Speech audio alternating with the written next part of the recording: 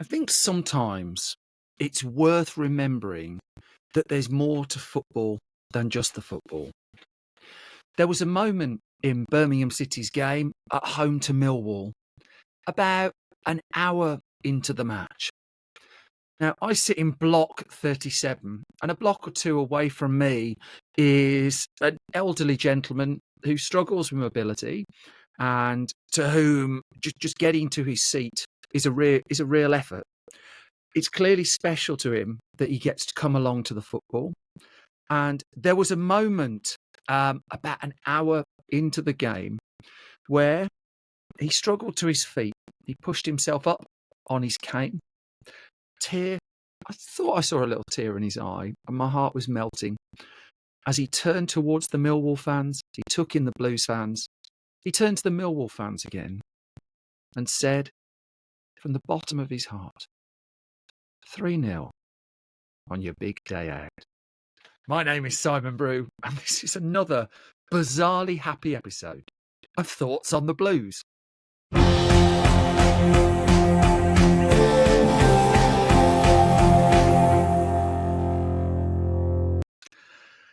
Hello. Welcome to another happy Thoughts on the Blues. Birmingham City 4, Millwall 0. I've been back in the house for 10 minutes. You can hear my voice is breaking like the third Harry Potter film's going on or something like that. I've just come back from a really happy St Andrews at United Park, where for the second time, God, listen to me. I'm going to be joining the Bee Gees by the end of this. For the second time in 3.5 days, Birmingham City have wiped a team off the park. A 4-0 home win. In this case, not a team necessarily you turn up expecting to get a really good result against. This time we were playing a Millwall team who, one of 4 teams, I was told before the match started, who hadn't lost away from home all season, against a Millwall team 4th in the league, and a Millwall team having, a much better season than us. Now, before, I had a hell of a journey to get to the game. And so anyone else with relatives in hospital who's having all sorts of stuff going on, whatever your team, solidarity to you. Life can be a bit, yeah. And so I dashed from a hospital visit to try and get to the Blues in time to be met by Birmingham's finest collection of traffic jams and temporary traffic lights. God bless you. And so I was pushing it really fine to get to the ground. But this gave me time to listen to the WM phone-in, the radio WM phone-in on the way to the match. My favourite call, this has tickled me all evening, is a Wolves fan rang up and they start talking and it's just like, you assume the bloke's rung up for a reason. I might have misheard this, I hope not. And so it's Daz Hale who's hosting it, just says, who do you think the new Wolves manager should be? And the bloke goes, I don't know. I'm like, why the hell have you rung up? What have you just rung up to say? I don't know. I know it's not funny. It really tickled me. I also heard Ryan Mason's pre-match interview for West Brom, and a team that's struggling for shots, can't score for toffee at the moment. On the way out of the match, I'm listening to a guy say, it's time Ryan Mason's got to go. 3 months. 3 months. They sold up. Yeah. That notwithstanding, this is a Birmingham City video and a really happy Birmingham City video. Now, much has been made about Tom Wagner's call for Birmingham City and the drive for, this is the word we hear, over and over and over again, and it gladdens my heart. Excellence. Tom Wagner wants excellence. There's a tiny bit of me that just wants to retain, amongst all the excellence, a little bit of the shit of old. Just those little Birmingham City moments, and I got one on the way into the ground. So this was, I just about got my car parked in time, pegged it up to the ground, and this was the increased security measures match to try and give us a bit more peace of mind. So first of all, full credit to the club. They've got patrols now going around the streets after problems of cars being stripped back and things like that. So this was the evening that they started that. They're funding that. I think that's a great thing to do. However, the bit where the excellence slightly failed is the end. Those of you who went to the game, did you all have to go through like these magnetic scanner things this time? Instead of getting the pat down from the fellas in the Hivies who borrowed all their kit from Portsmouth's away strip at the weekend, I went through like these two sticks with lights on, and my first thought was they just bought two coloured sticks from Temu and put some lights on the top, and some of my kids' sandwich bags appear to be on there as well to protect it from the rain. And so the bloke in front of me goes through. The lights go green. The guy in the Hivies go through, no problem.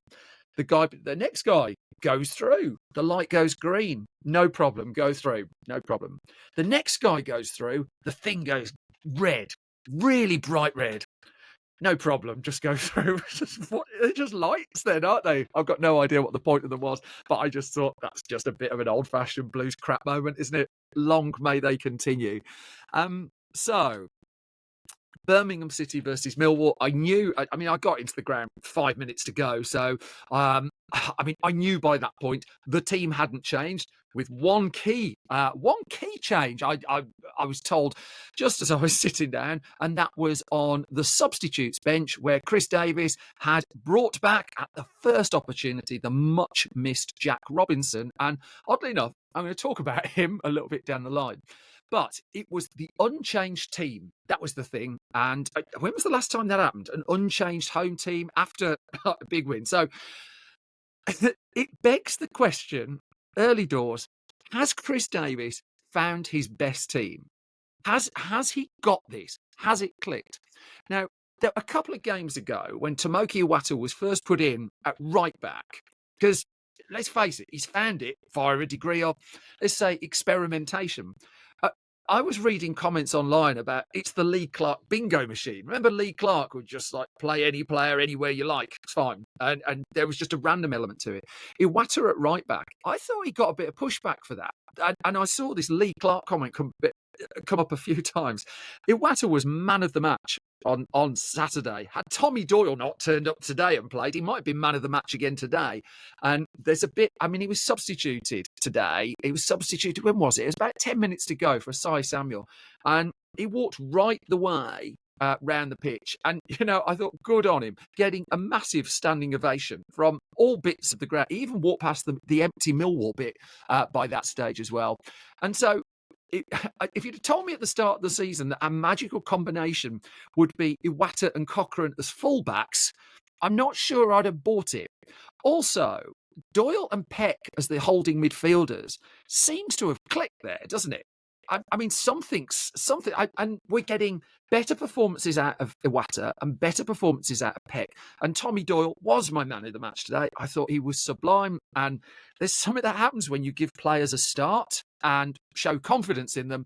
Doyle is becoming the player. Well, he's the player we thought we'd sign. Ahead of him, Patrick Roberts is absolutely the player we hoped we'd sign. And just superb. Again, just superb.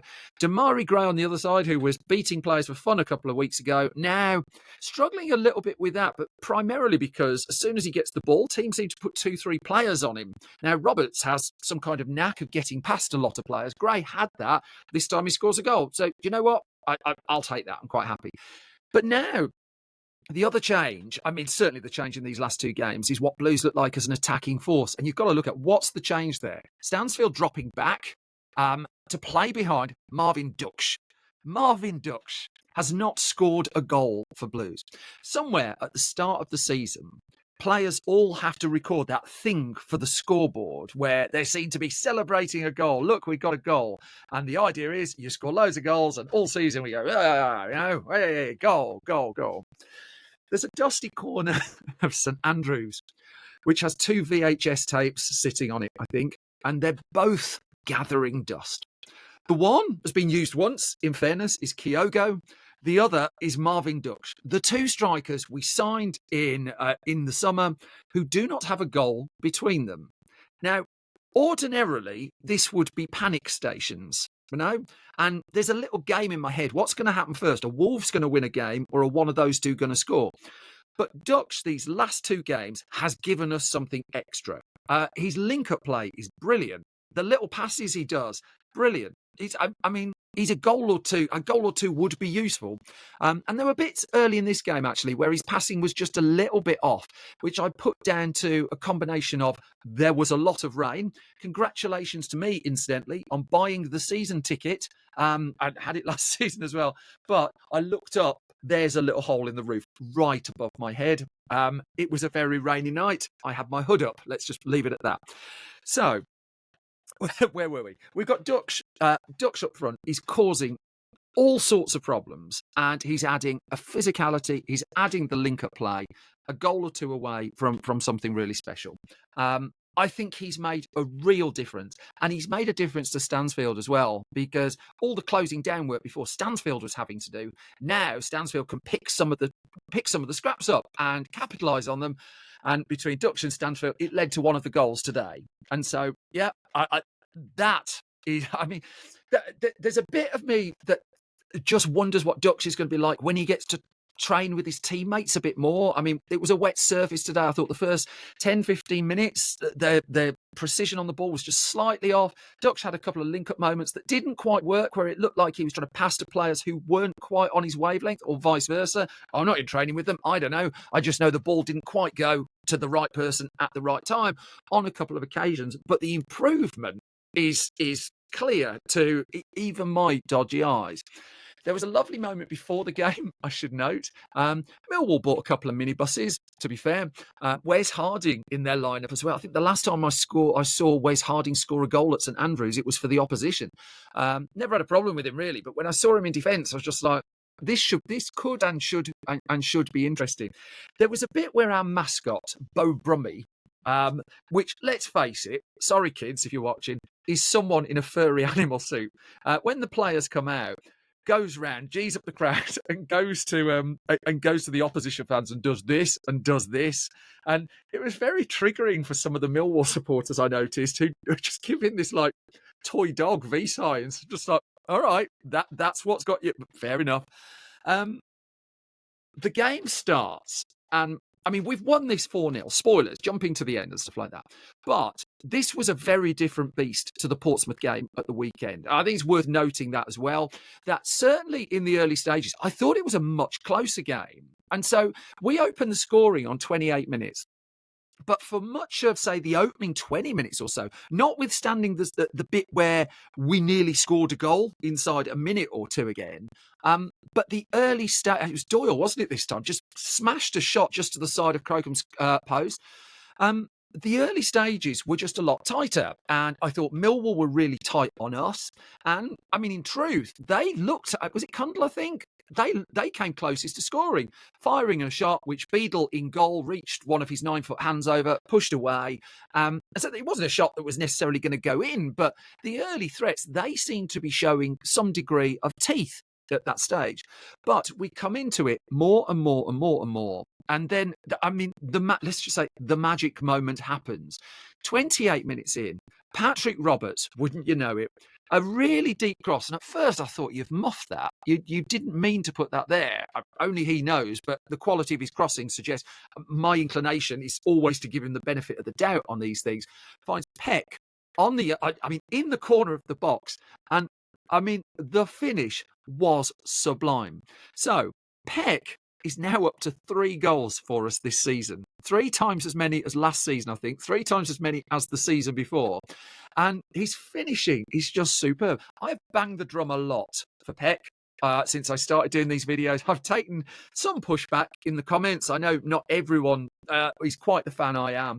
I still think he's the most sublime footballer we have had in a long time. I am thrilled that he's getting the goals. And I wonder if him playing alongside Doyle has unlocked that a little bit, that he just feels a bit more adventurous, a bit more going forward. And I wonder too if it's part of that. Has Chris Davies found his best team? Is it Doyle and Peck? I mean, he tried Leonard at one stage. We had Leonard and Doyle a few weeks ago. Doyle and Peck, I mean, he's looking good. What happens when Ethan Laird comes back and Iwata comes out of defence?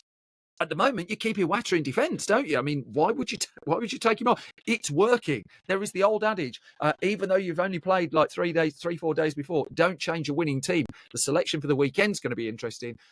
Davies did not change a winning team and clearly was rewarding. Now, go back to the game at Portsmouth. I go back to it. Portsmouth were a team we were expected to win. Millwall, we weren't. You can go back to the 4-0 at Portsmouth and you can argue, was it a case of we were really good or Portsmouth really bad? Did Portsmouth lose it? Did we win it? I'd argue in that case a bit of both. I don't think that applied here. I think we outplayed the opposition to the point where they just looked anonymous at the end. But they were on us. And it's really easy to overlook this. They were on us for right up until the goal. Soon as the goal went in, they just went into a shell. I mean, I was quite surprised about that. Now, I think, again, go back to the Portsmouth game. We have like the soft underbelly moments where, I don't know, 15 minutes before half-time, that's where a team, when we're playing at home, that's when an opposing team tends to come onto us. And we tend to give them their opportunities. Certainly against Portsmouth, that's when they came towards us. I thought we defended really resolutely and held them back. This time, we just didn't need to. I mean, Millwall were just presenting no threat in their attacks. Now, the possession stats are interesting here, because our possession was in the 50s again, 58% against Millwall's 41. Go back just 2 matches to the already infamous Bristol City game, 71% possession. This time we were happy to, and like, no goals, 1 shot on target, all of that. This time we're happy to surrender bits of the possession in exchange for not just having shots on target, but not just having shots, but good shots, with the exception of the Christoph Clara old-style Liam Daish penalty kick mile over the bar shot. But even then, who doesn't begrudge it? You don't win a football match with stats. I do think it's interesting to note that we had 20 touches, according to this, inside the opposition box. Millwall had 1 touch inside ours. Doesn't surprise me at all. Also, Paik has now started winning headers. This didn't happen. I don't remember him winning one all last season.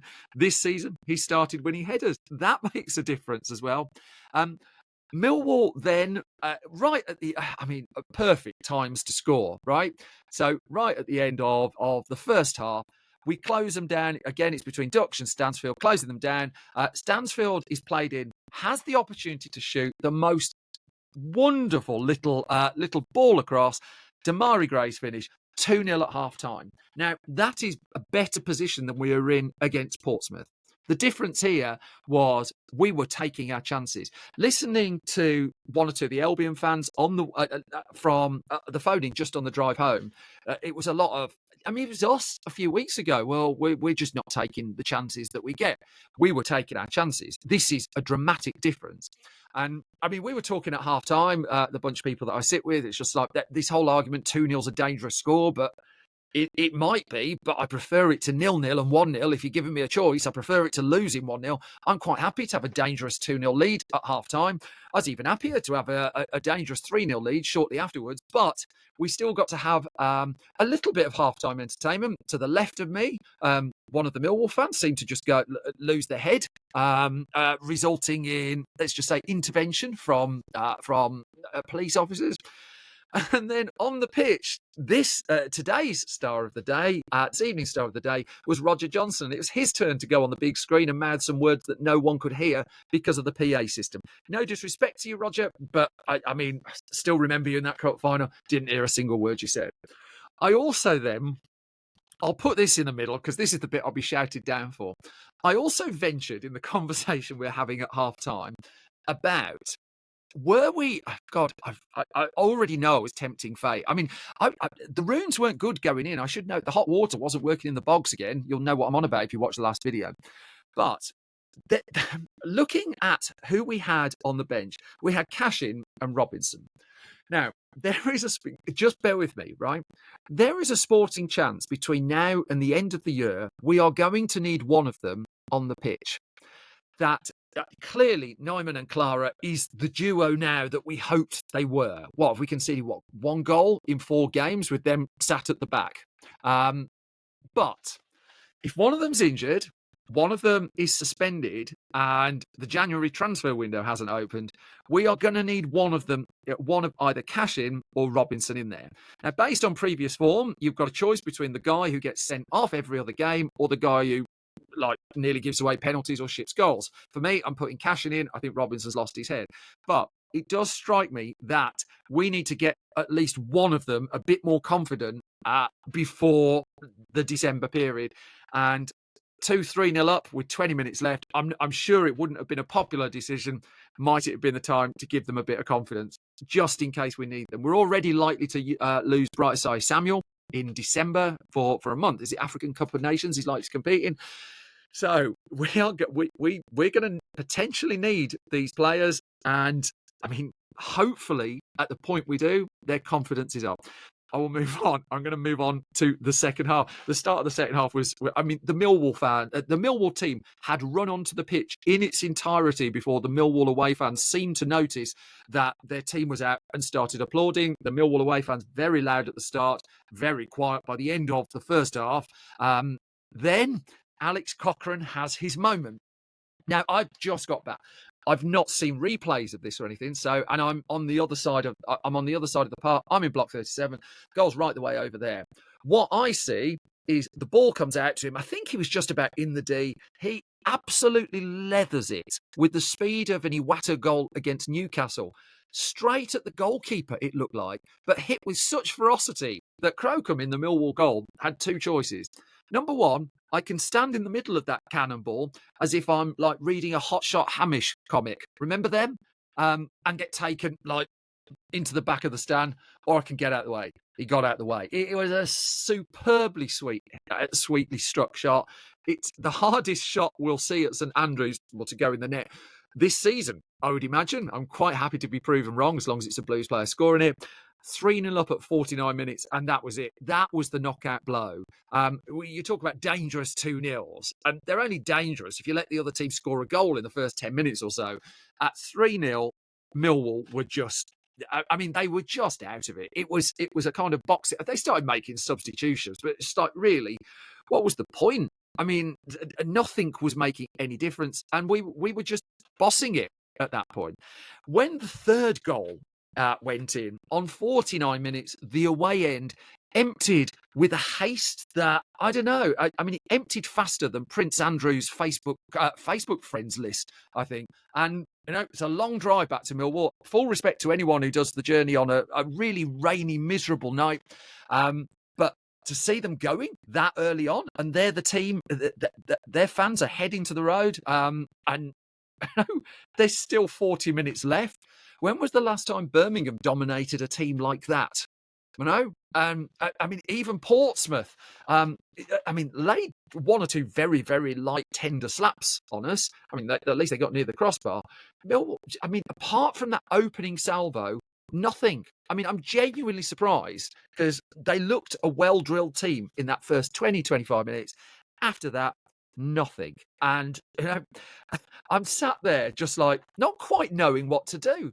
And we're kind of working out, why is this working so well? Why 2-3 weeks ago was it Chris Davies is the wrong man for this and we should get Nuno? Why was there a minor bit of the fan base saying that when this was like a game or two ago? And, a bunch of things. I mean, number one, the handbrake, the metaphorical handbrake is clearly off.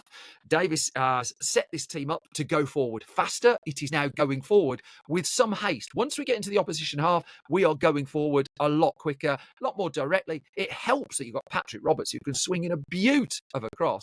It helps you bring Keshi Anderson off the bench, who causes a whole other bunch of mischief. And the statistic that again was being discussed on the radio, we were talking about in the stand, is it got to the point where we'd scored 8 goals in 3.5 days.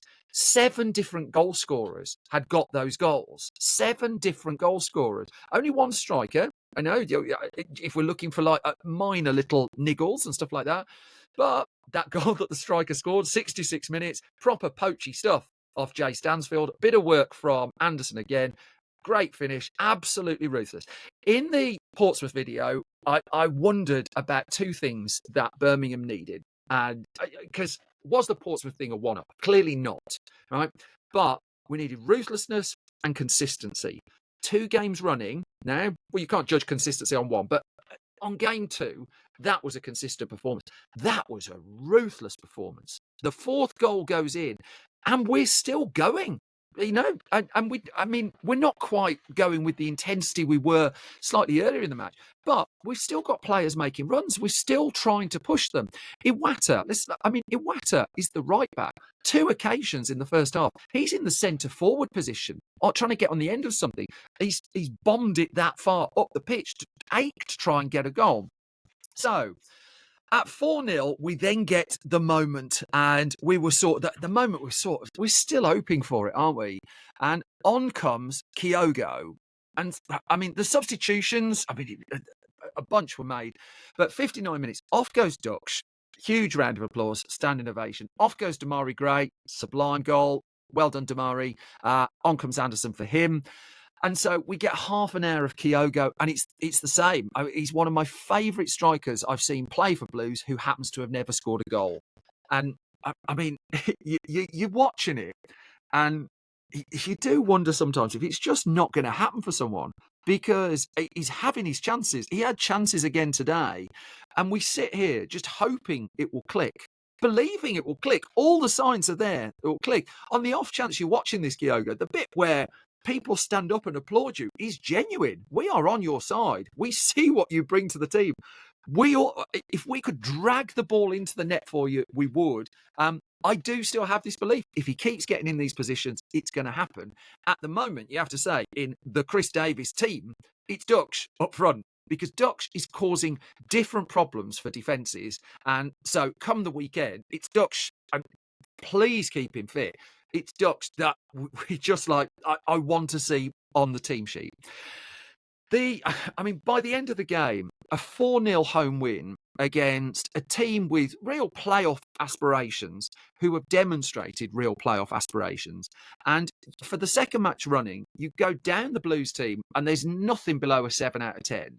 You go down the Portsmouth scores, and perhaps Beadle might get a 7 just because he barely had anything to do. Pretty much the same again here, apart from the save in the first half. But you're looking at 8, 9 out of 10, pretty much down the entire team. It was, there was a lot of talk after the Portsmouth performance. Was that the best we've seen Blues under Chris Davies? This was a much bigger test. A much bigger test. No disrespect to Portsmouth. I expected a much tougher game from Millwall. For a little while, we got it, but we wrestled it off them. And once we got ourselves into a commanding position, we were strolling around that park in the second half. If I'd done the 3-hour trip from Millwall, to see my team just barely laying a slap on the opposition, watching as we just stroke the ball around, and Millwall players are just chasing with no real threat to them, I would be frustrated. However, I'm not a Millwall fan. I'm a Birmingham fan. I'm sat here off the back of 2 4-0 wins. I've just got nothing to moan about. And the problem when you're doing YouTube videos, not wishing to let you under the bonnet of how this works, is you get a lot more clicks when things are going crap. It's terrible for web traffic when things are going well. Who wants to watch a video about a balding, boring Brummie man celebrating a 4-0 win? None of the opposition fans are checking this video out. But it's the sacrifice I'm willing to make for a second 4-0. I'm going to say it again. A second 4-0 win in a matter of days. Which brings us to Saturday.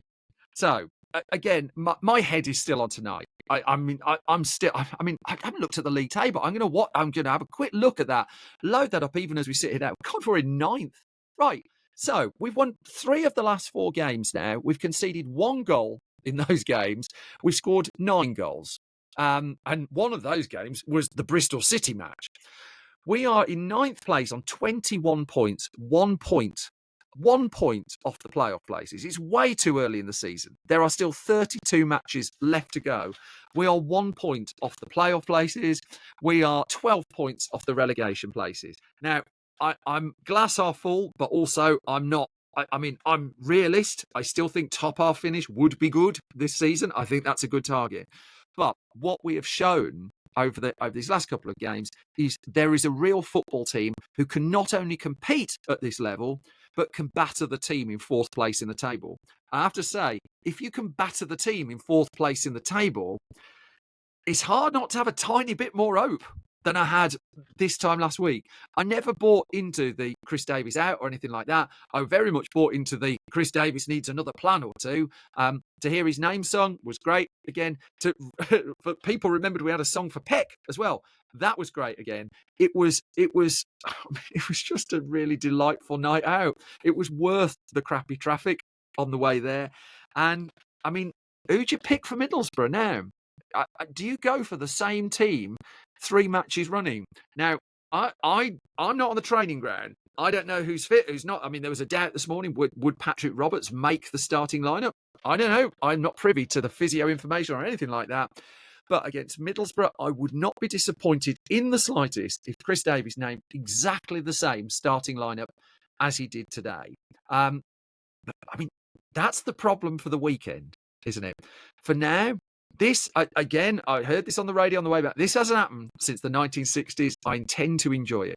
Blues have won back-to-back games by 4 goals and 2 matches running. Absolutely not a fluke. Absolutely deserved. Absolutely. It looks like Davies has found the team. He's found something, and something has clicked.